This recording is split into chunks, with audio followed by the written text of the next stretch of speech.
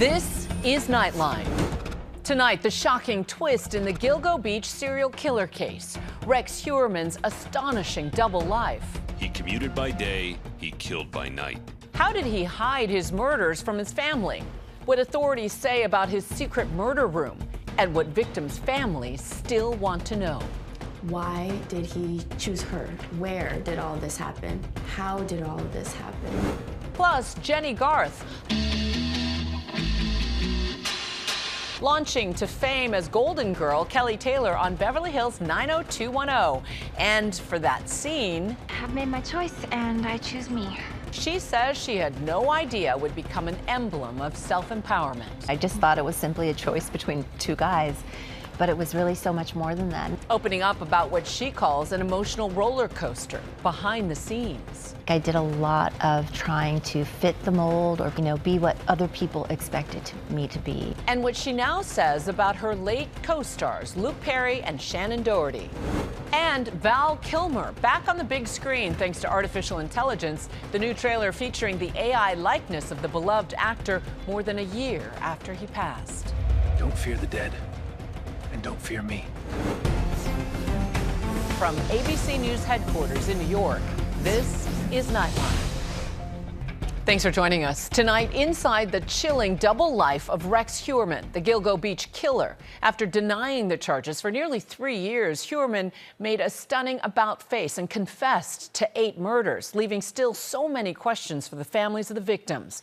We're now hearing from those family members for the first time. Rex Heuermann was a suburban dad and an architect with an office on Fifth Avenue in New York City. He's kind of dual personality. On one side, he's this family man, and on the other side, he's a terrifying serial killer. This man was truly living a double life. A prolific psychopath, this monster, and his crimes really terrorized Long Island. He commuted by day, he killed by night. A chilling turn in court today involving serial killer Rex Heuermann. Rex Heuermann admitting to murdering 8 young women in a string of killings that went unsolved for 2 decades. District Attorney Ray Tierney starts to ask Rex Heuermann the manner in which he killed these victims. And one after the next, he just says strangulation. And when he's asked if he killed each victim, he's like, yep, yes. I mean, he's unfazed. It is tragic to think about, and also terrifying, that this guy who's 6'4", he is huge, would take these women, tiny, petite women, and strangle them. The idea that there even was such a thing as the Gilgo Beach serial killings begins with a woman named Shannon Gilbert. So Shannon Gilbert was engaging in sex work and ended up going on a call to a neighborhood called Oak Beach in May of 2010. And something went wrong during the date, and she ended up fleeing from the house. While she was fleeing this house, she made a 23-minute-long 911 call in which she sounds really frantic. Please stop it, please! Please stop it, please! No, what are you gonna do to me? What are you gonna do to me? And then, according to police, she ends up taking off into this marshy area, and she was never heard from again. Then, in December of 2010, a police officer and his canine find a set of human remains, but it's not Shannon Gilbert, it's Melissa Bartholomew. And then the next day, they find another victim, and then another victim. A gruesome find about 3 miles away near Gilgo Beach, a suspected serial killer cemetery containing 4 skeletons dumped by the side of the road. The first 4 women found on Gilgo Beach were all sex workers, and they were given the name the Gilgo Four. They were Melissa Bartholomew, Maureen Brainerd Barnes, Megan Waterman, and Amber Lynn Costello.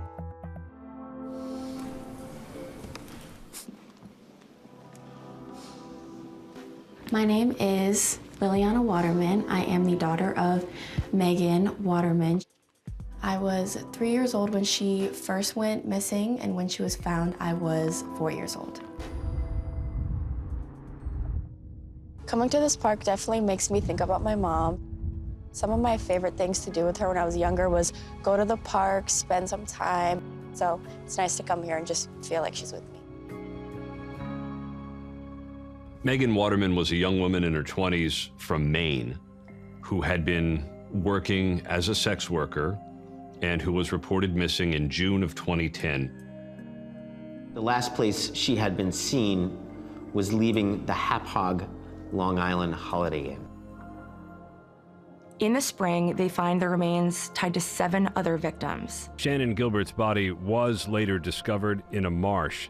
Rex Heuermann has not been connected to or charged with her death. Suffolk County law enforcement suggests that she wandered into the marsh and died under those types of circumstances. Despite the fact of finding bodies along Ocean Parkway, this case went dormant. But over a decade later, finally, the case is reinvigorated with the creation of the Gilgo Beach Task Force. They welcomed the FBI and other resources into this investigation, and that's when this case really started to move. So early on, law enforcement knew some things about this killer. The killer was taunting the families with his victims' own phones and burner phones, and those calls were traced to Midtown Manhattan and Massapequa Park. Rex Heuermann made one error and allowed his vehicle to be spotted in one instance. And he drove a distinctive Chevy Avalanche. And from that vehicle, investigators were able to winnow down who bought it, and they used cell phone records to track down who may have been driving it in certain areas. Ultimately, that leads them to Rex Heuermann. Rex Heuermann was arrested in front of his Midtown office. He was on the sidewalk. He had no idea this was coming. Rex Heuermann was even profiled in an online video about being an architect in Manhattan. Rex Heuermann, I'm an architect, I'm an architectural consultant, I'm a troubleshooter. And all the while, every time he sent his family on vacation, he was murdering innocent women. Law enforcement suspected early on that these women were killed inside the Heuermann home.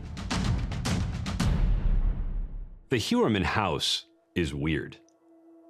It's in this nice neighborhood with manicured lawns, and then there's this dilapidated thing where Rex Heuermann lived, and investigators went all over it.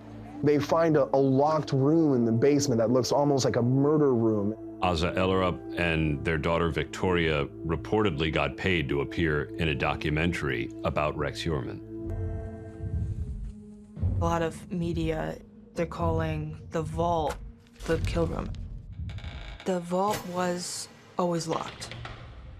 This is the steel door. It had a combination lock.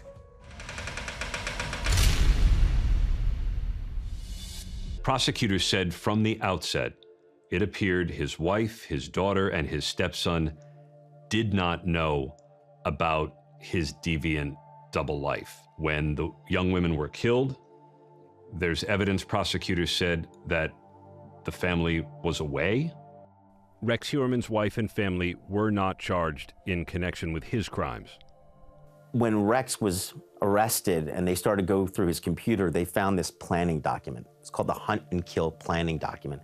This was basically a blueprint for murder, created by a guy who liked to make blueprints, an architect, and it laid out every step of his process. One reminder said, hit harder. Another said, use thicker rope. Constantly updated with lists of supplies, with locations of dump sites. What was so terrifying is certain lines that he would use. Get more sleep for more playtime. It really made you understand how terrifying this guy was. Prosecutors had an overwhelming amount of evidence for this case. Rex Heuermann's defense attorney, Michael Brown, although tried, he lost every single question that he raised. And so as he sits there and sees what the prosecution can use against him, all of the information that they can throw at him, I think the writing was on the wall and he knew it's time to take a plea. As part of his guilty plea, Huerman is going to have to sit with behavioral analysts from the FBI. They're going to study the mind of Rex Huerman and perhaps get a window into this monstrous serial killer. The reverberations of his crimes will never disappear. You know, that kind of stuff, the ripple effects never end with the pain he's caused people, with the fear he's instilled in the communities that were affected. He is nothing but a serial murderer, callous, cruel, no conscience. I have no sympathy for him. Hearing him admit that he killed my mom and all those other girls, it definitely felt like a weight had been lifted off of me. For a much deeper look into this story, including the mementos police say Huerman kept, watch The Monster at the Beach, now streaming on Disney Plus and Hulu. And now a look ahead at tomorrow's show. We're on location in Japan with Punch the Monkey, what the world's most famous snow monkey has been up to since winning the hearts of millions with his plucky spirit. And the big news is that Punch has a girlfriend? And when we come back, she was the golden girl of the culturally phenomenal Beverly Hills 90210. Jennie Garth opening up about how she was feeling behind the scenes of the iconic show. I've made my choice, and I choose me. After the break.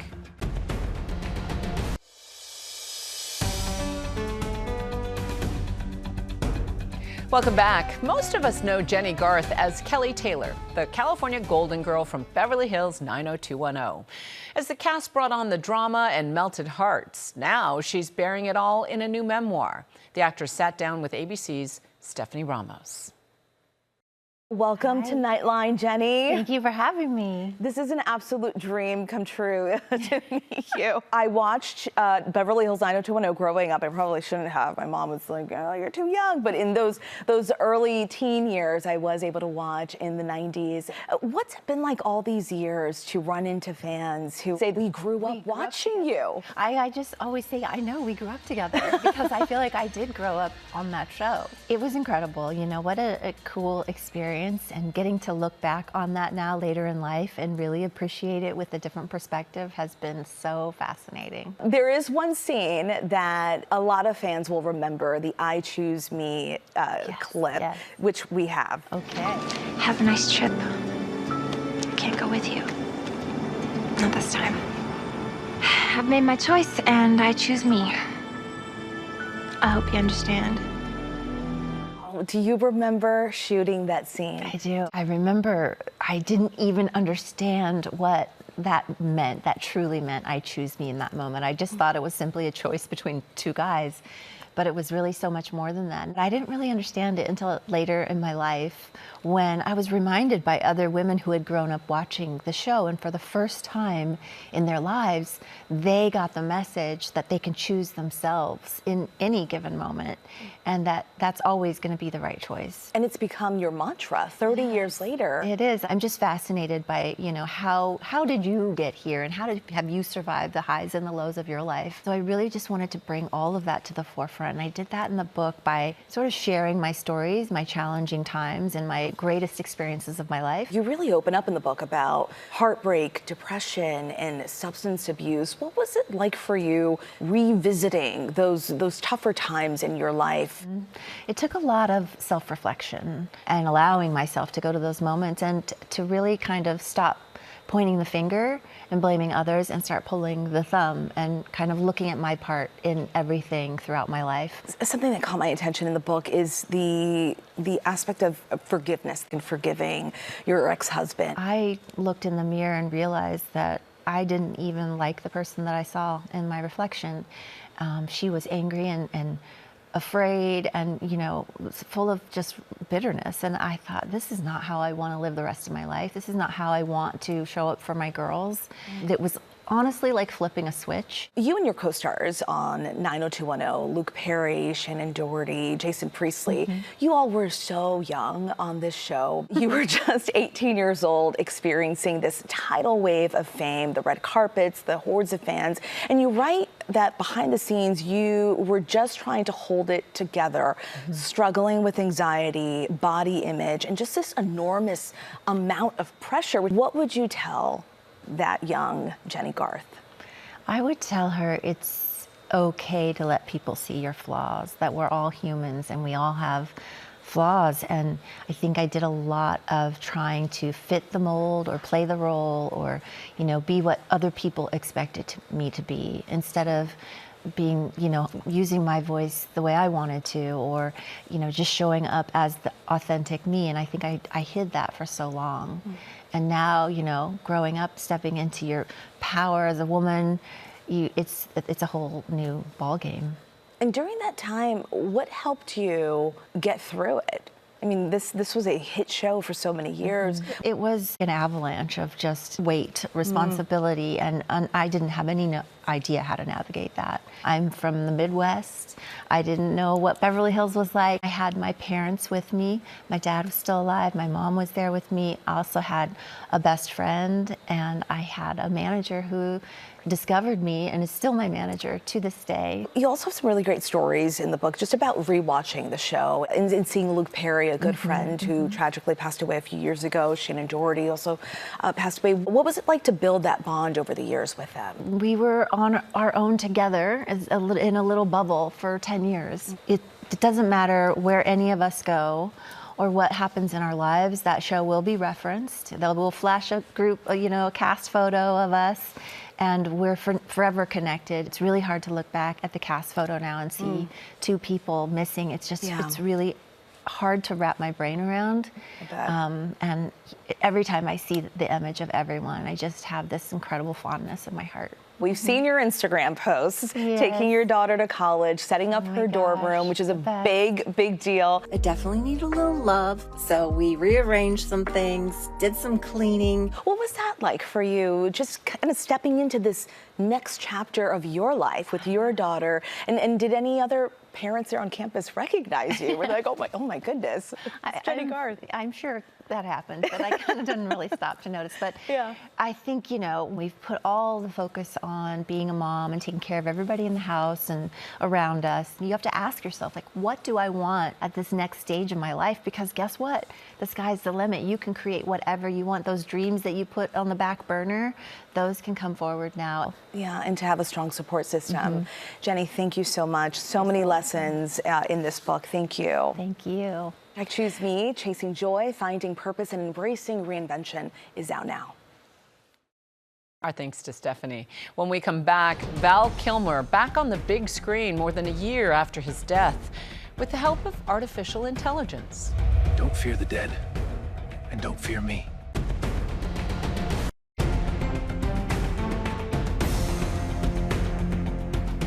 And finally tonight, the late, great Val Kilmer returning to the big screen thanks to AI.